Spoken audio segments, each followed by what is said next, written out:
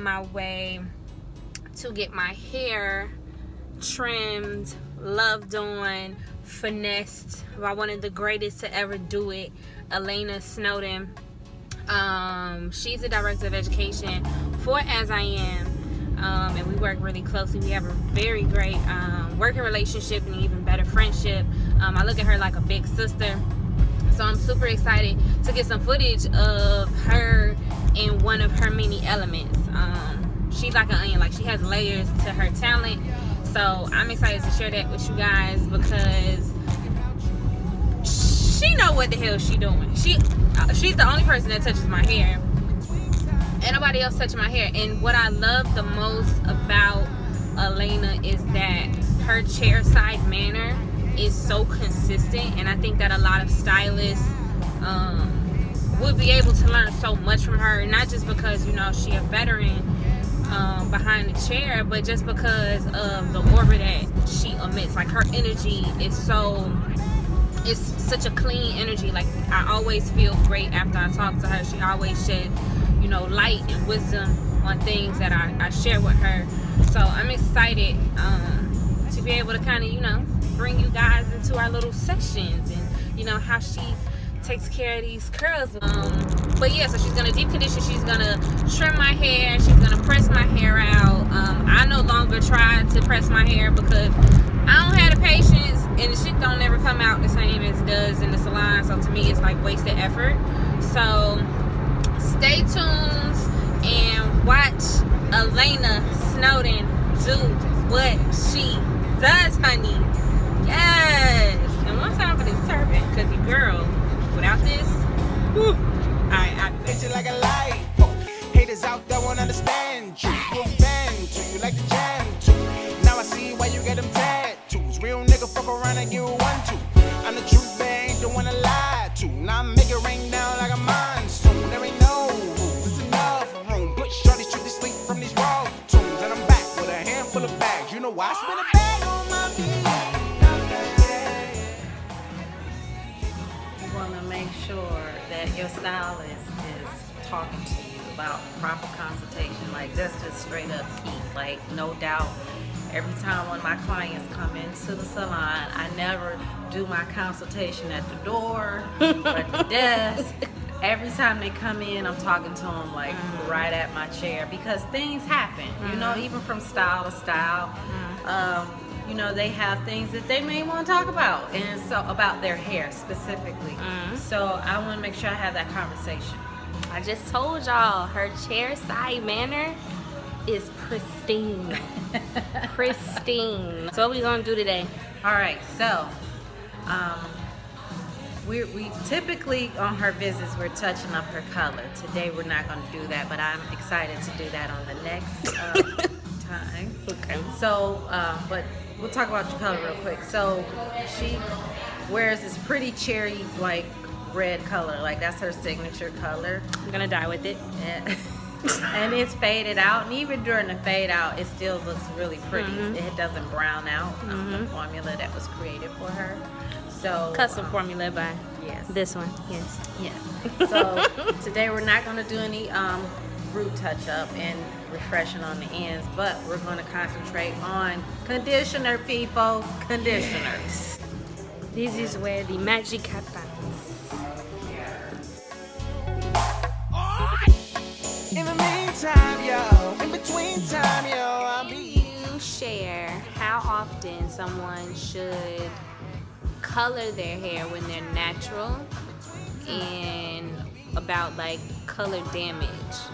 Let's go. Okay, so natural hair, non-natural hair.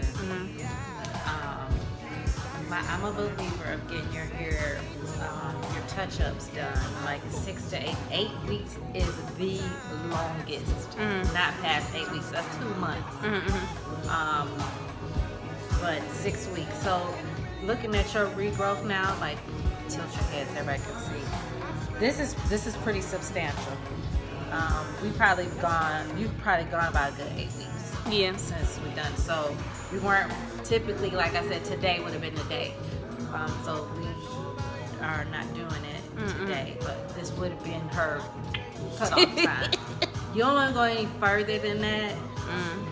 This is how line of demarcations. It's fine. Keep going. This is how line of demarcations tend to happen when you're trying to touch up some color And keep you matching get a it. block of color that's like it's darker or Yeah. whatever. Because this hair, the color here has changed Yeah. from here. Yeah. So with reds, that's why you always have to refresh it Okay. from the roots to ends.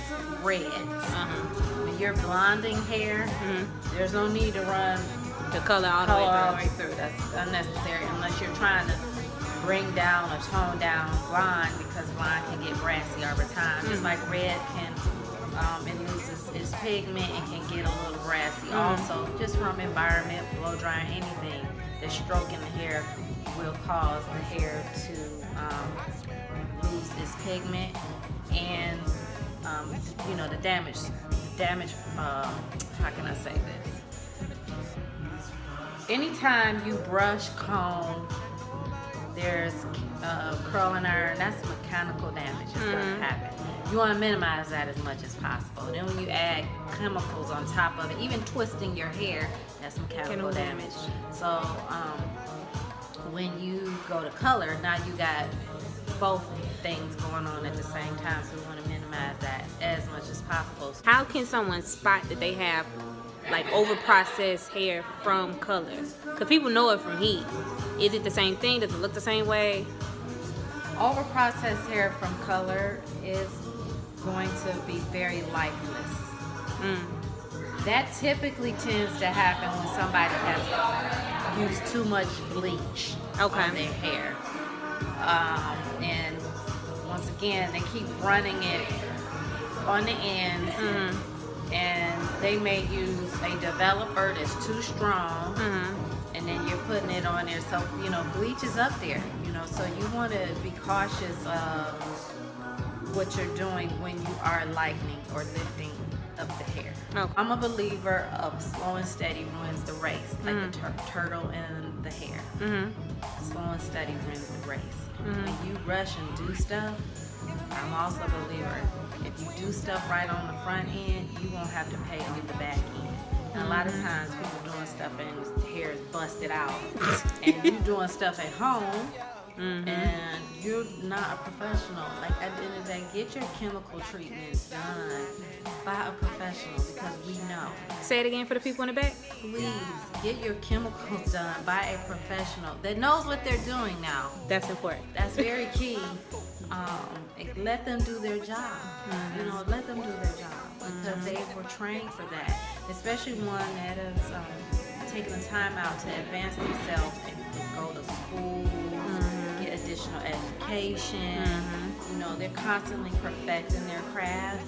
That's the stylist you want to spend time with. That's the stylist you want to invest your money in, because your hair is an investment. Invest your money in the stylist. The stylists who want to smack some bleach on y'all hair and then cover it up with some jazz and rinse, it ain't 1995 no more. That's not cool. Don't let them do that. That's not. Don't let them do that. That is not coloring hair. That is damaging hair. I didn't have everything happen to me. I didn't have somebody to give me hot roots and call it a reverse ombre. I have had everything done to my hair. So thank you for those tidbits, hair guru Elena. 10 minutes. Yeah. Okay. And we're gonna rinse this out and keep it going. Now I see why you get them tattoos. Real nigga fuck around and get 1, 2. I'm the truth, man, ain't the one to lie to. Now I make it rain down like a monsoon. There ain't no rules, it's enough room. Put shorty straight to sleep from these raw tunes. And I'm back with a handful of bags. You know why I spin a bag on my feet. And it really ain't tricking if you got it. I swear in the meantime, let's do some. In the meantime, in between time, baby, trying to do something now. I do not know about you, but I can tell you about me. I really wanna see you, the way you do up in my dreams.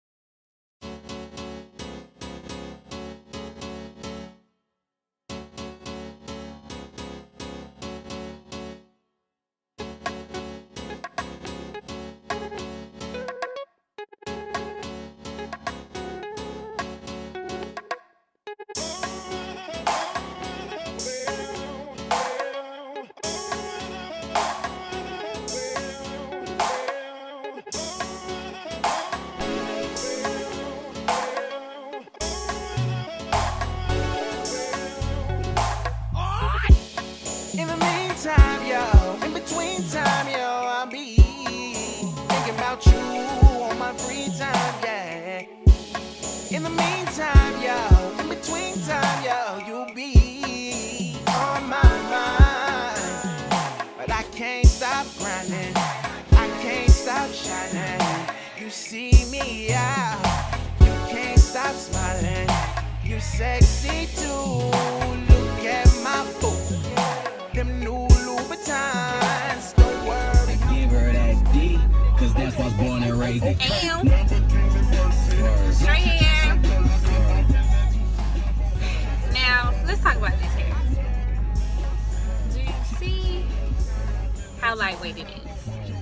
If you go to a stylist and your hair does not fall like that, you got it. You know, when you feel good on the inside, it shows on the outside. So, got some plans tonight. I'm gonna go swing my hair in a couple people's faces. And that's pretty much it. So I just went to the grocery store because I'm meal prepping again, right? My granddad, he knows I'm going. He's like, okay, give me some chocolate chip cookies. I'm like, cool, give me $5. I go find him the soft ones from the bakery or whatever. Bring them back home, give it to him. He was like, oh, you got the right ones, you got the right ones. I'm like, okay, great. He was like, you got enough change? And I was like, yeah. I'm like, it's $4.99. You got me $5? We good. So I go in the room and I talk to my great grandma and my grandma for a quick second there on my way back out. Because I came back downstairs to start meal prepping. He was like, hey, you ain't have enough change or whatever. He gave me a quarter. When I tell you, I love the elders because you're never too grown to receive a quarter. Yep. 31. My granddaddy will still give me a quarter like I'm 10, but I'm appreciative that he's here to give me a quarter. Best believe. All right. It is Tuesday.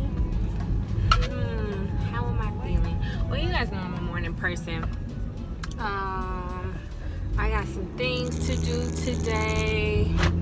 I gotta stop. School bus. I need to get work done at work, of course. But then also on my lunch break, I need to go take these shoes to get these taps put back on them. Cause your girl, I walk hard. So yeah, the taps are out of there, done, finito. But what I wanted to share is something that I've been thinking about. Cause you know this whole vlog series is about moving and my journey, and what I've come to terms with is that I have to learn how to process instances where my past, I don't want to say the word haunt because there's such a negative connotation of what I'm trying to say, but I'm really at a loss for words as to how to describe it. So the situation I'm speaking about in particular is, you know, when you are trying to move and you're just trying to make sure that your finances are straight, which I've been doing a really good job of saving over the past couple of years. I've gotten into a great habit of that. But I've paid attention to my credit, and I've been working on it. But until recently when I looked at Credit Karma, the little app or whatever, right? It breaks down like everything. Now, I've had this app for a while, but I was just looking at the general, you know, overall score, doing what I need to do to boost that score. And I actually found some negative hits on my account. And what I found was that one of the things that has been reported as like what's it called? Like something that was charged off or sent to a collection agency was from when I was engaged. And I tell my best friends this all the time, like, if I could get this fool, like, if I could just totally be rid of him, like, never have to speak his name ever again. But it's like, for the life of me, every year there is some disgusting remnants of him still left in my life, and this is probably like the last thing. So what happened was, if you guys haven't visited my website and read my piece about my 4-day pregnancy and how it changed my life, I speak about that relationship. I speak about his mental abuse. I speak about just that whole period, that time capsule in my life, right? So, engage, he does some fuck fluke shit, I leave, but because I'm a woman of my word and we were living together, although I went and got my own spot, I still told him, you know, because we entered into this apartment together and we only had a couple of months left, I was like, I'm still gonna pay my half of the rent because I'm not gonna leave you stuck out there like that. Okay, that's me being a good person. So he's like, cool. He was still trying to get me back, this, that, and the third. I wasn't going for the shit, whatever. I had to play the role for a certain period of time. I had to play the role like I was open to us getting back together, just so that I could finesse him into getting my name off of shit and creating, you know, that detachment. Because my whole thing was that I was telling him is that, you know, let's start from scratch, you know, just straight bullshit. Because I knew I was never ever gonna get back with this man. I knew that in my heart. From the day that I left, I was like, I'm not fucking going back, period. So you know, I paid my half of the rent, moved, because all the shit in there was basically mine. The living room, the dishes, all of that was mine. So I had all my stuff out, didn't ask him for nothing. I took the dog, we didn't have to worry about that responsibility. And then when it came to move out, it seemed like it was amicable at that point. Now, fast forward to 2018, I look at my credit and it's something being charged off from the apartment complex because this fool didn't pay a water bill. $173. Now, I have not spoken to this person since after I moved. I just never wanted him to know where I live. None of that. He had reached out by email. He had reached out by Facebook Messenger, Instagram. I don't want no parts. I don't want no parts, because when I get to that point with somebody, anything that I say to you is going to be detrimental to how you view yourself, and I never want to be that person that butchers your self-confidence. Even though he did what he did to me, I still would never want to be that person. So I've never responded to him. So after I told a friend about it, my friend was like, you know, you should send him a screenshot of it. Screenshot of the bill, because I reached out to the apartment complex. They were like, yes, it's water bill, some cleaning services that were not paid. Yeah, you owe. And I'm like, oh, my ex he really ain't shit. He really ain't shit. So he had made it a point. I have a business Facebook profile where it's like my real legal name. You know, it's for the whole, you know, I'm a social media manager and PR manager, that type thing for business for as I am. So he must have found it somehow. He wanted to befriend me on there. I accepted the friendship on there, and then I sent him a screenshot of it. He says if I would have known about it, I would have taken care of it. First of all, you had to have at least gotten a notification because it still had your mother's address on there. So I ain't even gonna address that you still lying in 2018. Like, what do you have to lie to me about? So then he says, okay, I'm gonna take care of it by Friday. Okay, so I ain't even jock him on Friday. Come Monday, I hit this fool with a message talking about, okay, can you provide me with a confirmation number that you've resolved this issue? Like, I'm being very professional, very cordial with him. It ain't no kiki, it ain't no, I don't want to catch up with you, I don't want none of that shit. So he never responds. And it's just one of those times, like, when you trying to get a step forward and it's something or somebody from your past that's, you know, basically kind of holding your arm, and like, I really got to shake him off because I'm gonna just pay the $173 and charge it to the game, because if that's what I have to do to never have any contact with this person ever again, like, I will do that. I will give that 173 up gladly. I just wanted to give him the opportunity to finally be the man of some type of word that he has. I don't know who he is at this point in his life. I really don't give a shit. But it's just like, it's so irritating. It is beyond irritating. So I've been dealing with, you know, how to process that and not let that make me be bitter towards him, because he's not important enough for me to allow my feelings to be affected towards anybody else in my life. He don't have that control. But I don't want to be in a headspace where I hate him. And I feel like I've had, you know, valid reasons to hate him or hate the things that he's done. But I really have to work on that, because I'm just trying to progress. I'm trying to move forward, and I want to be free of anything that's ever caused me pain or strife or has held me back or, you know, stunted my growth. So it's like, even with that experience, you know, when I think about it,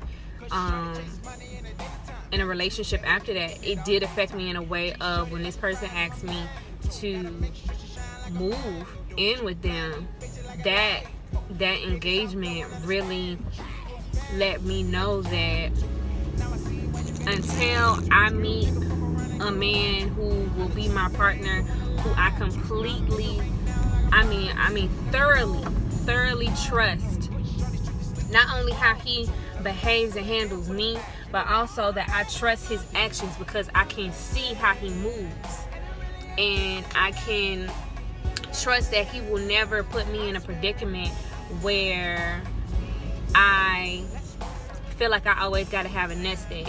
Because, you know, as black women, our mothers tell us, you know, don't ever depend on a man 100%. Always have a little something on the side. Always have something for a rainy day. Like, where does that come from?